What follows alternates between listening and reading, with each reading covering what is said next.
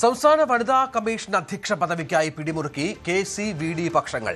Deepthi Mary വർഗീസിനെ അധ്യക്ഷമാക്കണമെന്ന നിലപാടിൽ ഉറച്ച് നിൽക്കുകയാണ് KC പക്ഷം. കൊച്ചി മേയർ സ്ഥാനവും സ്ഥാനാർത്ഥിത്വവും നഷ്ടപ്പെട്ട ദീപ്തിക്ക് അർഹമായ പരിഗണന നൽകണമെന്നാണ് ആവശ്യം. ഐഷ പോറ്റിക്കായി സമ്മർദ്ദ നീക്കവുമായി VD പക്ഷം രംഗത്തുണ്ട്.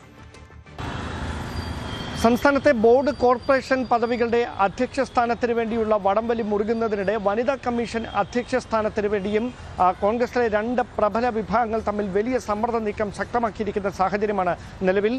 കൊച്ചി മേയർ സ്ഥാനത്തേക്ക് പരിഗണിക്കപ്പെട്ടെങ്കിലും അവസാന നിമിഷം തഴയപ്പെടുകയും സ്ഥാനാർത്ഥി നിർണയത്തിൽ ഇടം പിടിക്കാതിരിക്കുകയും ചെയ്ത ദീപ്തി മേരി വർഗീസിന് വേണ്ടിയിട്ടാണ് KC വേണുഗോപാൽ പക്ഷം സമ്മർദ്ദം ശക്തമാക്കിയിരിക്കുന്നത്. ദീപ്തിയെ ഇത്തവണയെങ്കിലും പരിഗണിച്ചേ പറ്റൂവെന്ന ഒറ്റ നിലപാടിലാണ് KC പക്ഷം.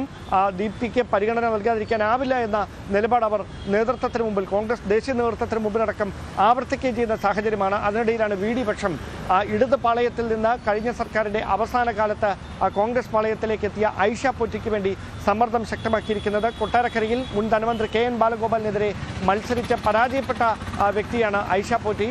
ഐഷ പോറ്റിക്ക് അർഹമായ പ്രാതിനിധ്യം നൽകണം കോൺഗ്രസ് അധികാരത്തിലെത്തിയ ഒരു പശ്ചാത്തലത്തിൽ എന്ന നിലപാടിൽ VD പക്ഷവും ഉറച്ചു നിൽക്കുകയാണ്. എന്തായാലും ആരും ഒരു അനുനയത്തിന് തയ്യാറല്ല. ദീപ്തി മേരി വർഗീസിനെ ഒരു കാരണവശാലും ഇത്തവണ അവഗണിക്കാനാവില്ല എന്ന നിലപാട് ദേശീയ നേതൃത്വത്തിന് മുമ്പിൽ ആവർത്തിച്ചിരിക്കുന്ന സാഹചര്യമാണ് KC പക്ഷത്തെ പ്രധാനപ്പെട്ട നേതാക്കളുടെ ഭാഗത്തു നിന്ന് ഉണ്ടായിരിക്കുന്നത്. അതുകൊണ്ട് തന്നെ സംസ്ഥാനത്തെ നേതാക്കൾക്കിടയിൽ അതിൽ ഒരു അനുനയ ശ്രമം എത്ര കണ്ട് സാധ്യമാണ് എന്നത് വെല്ലുവിളി ഉയർത്തുന്ന ചോദ്യമാണ്. അതുകൊണ്ട് തന്നെ കോൺഗ്രസിൻ്റെ ദേശീയ നേതൃത്വം ഈ വിഷയത്തിൽ ഇടപെടുമെന്നും ദീപ്തി മേരി വർഗീസിനെ കൃത്യമായി പരിഗണിക്കുന്ന തരത്തിലേക്ക് ഒരു നിലപാട് ദേശീയ നേതൃത്വം സ്വീകരിക്കുമെന്ന പ്രതീക്ഷയിൽ കാത്തിരിക്കുകയാണ് KC പക്ഷം.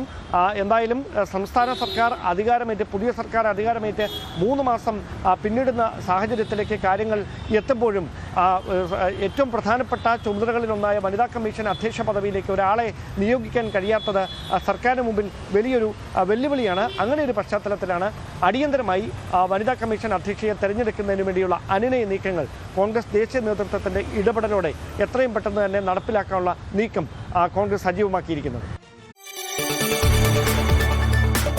കൂടുതൽ വാർത്തകൾക്ക് News 18 Keralam YouTube channel subscribe ചെയ്യുക.